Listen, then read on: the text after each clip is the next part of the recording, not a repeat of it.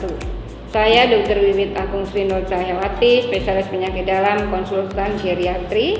Saya bertugas di Fakultas Kedokteran ULM RSUD Ulin Banjarmasin. Tanggal 29 Mei adalah Hari Lanjut Usia Nasional. Tema Hari Lanjut Usia Nasional tahun 2022 adalah Lansia Sehat, Indonesia Kuat. Selamat Hari Lanjut Usia Nasional, semoga lansia selalu dalam kondisi sehat. Menjadi tua adalah sebuah proses alamiah. Lanjut usia atau lansia merupakan seseorang yang telah mencapai usia lebih dari 60 tahun. Seiring berkembangnya ilmu kedokteran, populasi lansia di dunia semakin meningkat, termasuk Indonesia.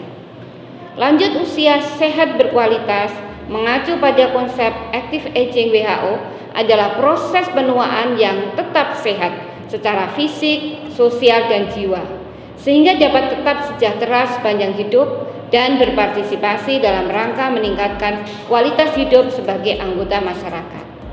Seiring meningkatnya usia, lansia semakin berisiko untuk mengalami banyak penyakit atau multimorbidity, yaitu mempunyai penyakit lebih dari satu.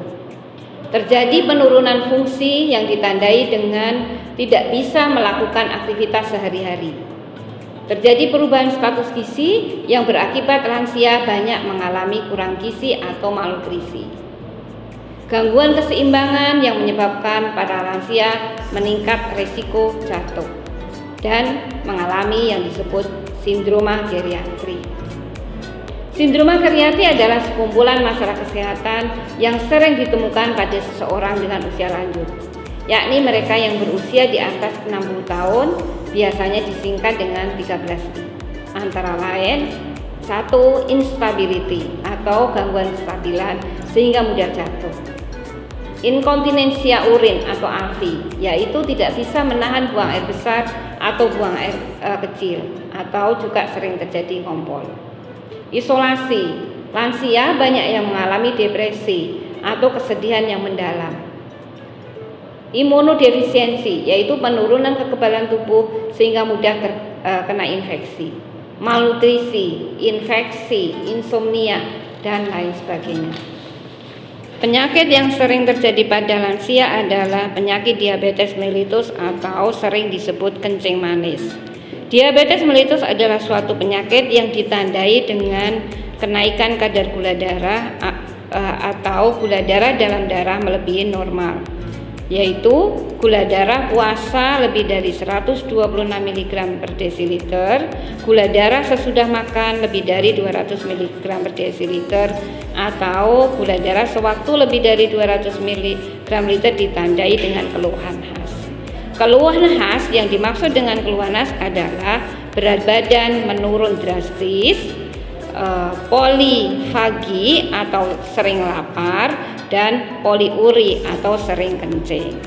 Gejala lain yang sering terjadi pada lansia antara lain kesemutan, gatal di seluruh tubuh atau gatal di kemaluan, bisul, mudah lelah, pikun, penurunan kemampuan tubuh untuk beraktivitas, depresi, keluhan kulit kering, gatal, gangguan makan, dan gangguan tidur, kemudian juga penglihatan berkurang. Diagnosis diabetes mellitus ditegakkan dengan gejala khas dan gula darah sewaktu lebih dari 200 mg per desiliter, atau gula darah puasa lebih dari 120 mg per desiliter dan gula darah sesudah makan lebih dari 200 mg per desiliter. Tata kelola untuk diabetes mellitus adalah 1. Dengan pengaturan jumlah kalori yang masuk sesuai dengan perhitungan berat badan. Lansia yang mengalami diabetes mellitus sebaiknya disarankan konsultasi ke ahli gizi sehingga nanti bisa dihitung jumlah kalori yang dianjurkan. Kedua, olahraga yang teratur.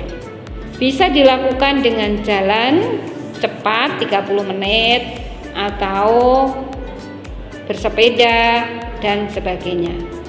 Untuk lansia yang penting adalah olahraga yang teratur. walaupun mungkin lamanya dari mulai yang pelan-pelan 10 menit, kalau sudah mampu baru naik ke 20 menit atau bisa sampai 30 menit.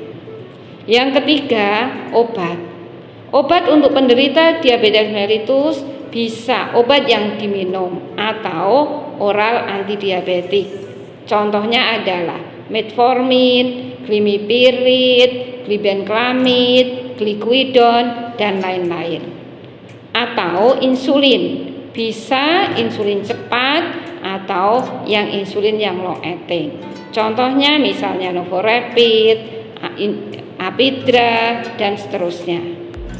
Untuk obat, maka seharusnya pasien diabetes mellitus sesuai dengan yang diresepkan oleh dokter. Komplikasi yang terjadi pada diabetes mellitus antara lain bisa terjadi komplikasi akut maupun komplikasi kronik. Komplikasi akut bisa terjadi karena kenaikan gula darah yang sangat tinggi. Misalnya penurunan kesadaran yang disebut koma ketoasidosis atau HHS.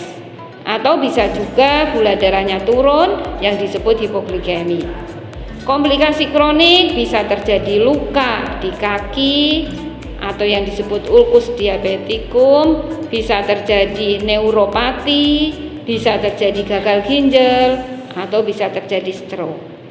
Sehingga kalau lansia mengalami penyakit diabetes mellitus harus disiplin melakukan tata kelola yang dianjurkan seperti tadi. Makan, olahraga, dan obat sesuai yang dianjurkan oleh dokter. Agar lansia terjaga kesehatannya dan terhindar dari komplikasi penyakit, maka lansia dianjurkan untuk melakukan perilaku hidup bersih dan sehat sesuai dengan yang dianjurkan oleh Kemenkes. Yang pertama adalah mendekatkan diri kepada Tuhan Yang Maha Esa. 2. Melakukan pemeriksaan kesehatan secara teratur minimal 1 tahun sekali. Ketiga, makanan-makanan bergizi. 4. Memelihara kesehatan tubuh. Kelima, memelihara kebersihan gigi dan mulut. 6. Biasakan melakukan aktivitas dan latihan fisik. 7. Melakukan hobi yang disenangi. 8. Menjauhi asap rokok dan zat adiktif lainnya. 9. Istirahat yang cukup. 10. Terus melakukan kegiatan untuk mengasah otak. Assalamualaikum warahmatullahi wabarakatuh. Bapak Ibu semuanya, hipertensi merupakan masalah yang penting bagi orang tua.